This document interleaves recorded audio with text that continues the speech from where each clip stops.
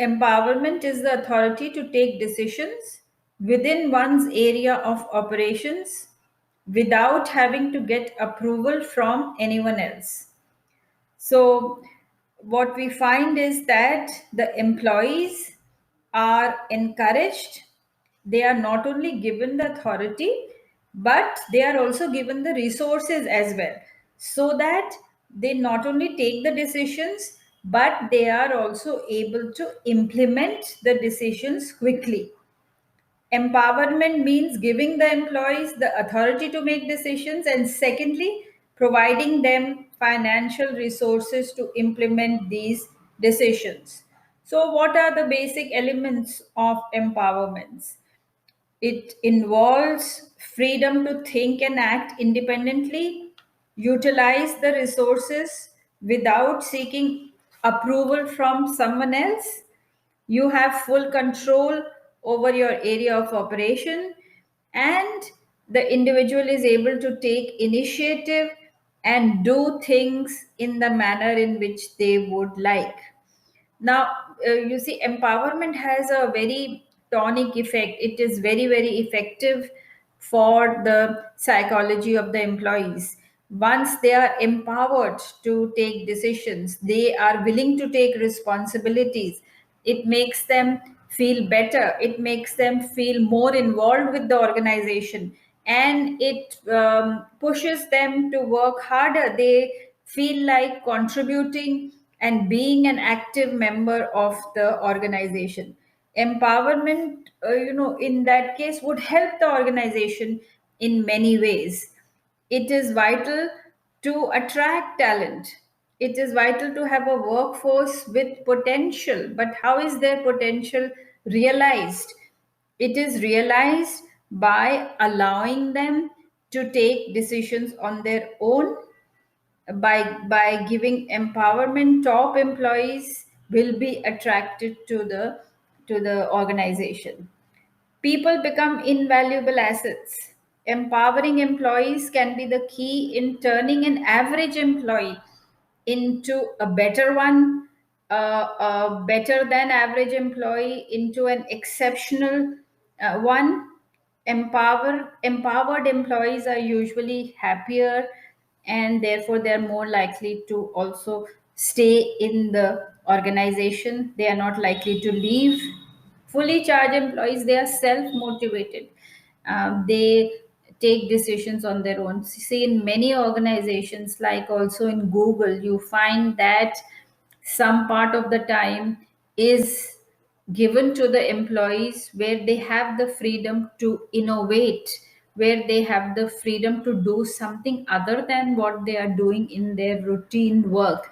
And you find that Google is coming up with new and new innovations, which is done by the employees in the time in which they are given freedom. Let us look at the rationale of empowerment. The need for empowerment arises because of certain factors. Firstly, increasing pace of change, changing environment, changing expectations of the customers uh, requires now a speedy and flexible response, which is incompatible with the old style that we had, that was command and control model of functioning, in which the command and also the control lay with the superior. Secondly, organizations are using new types of structures to achieve their objective. Impact of downsizing, decentralizing again means that the old methods of achieving coordination and control are no longer appropriate. They realize that employees have to be given greater responsibility and authorities. And organizations require cross functional working and greater integration in their processes if they are able to meet the customers' needs. Now, what are the advantages of empowering employees? We can see that empowerment will be beneficial both to the organization as well as to the employee. An empowered employee feels more passionate about his work, is able to put in his best, and definitely he would be an asset for the organization.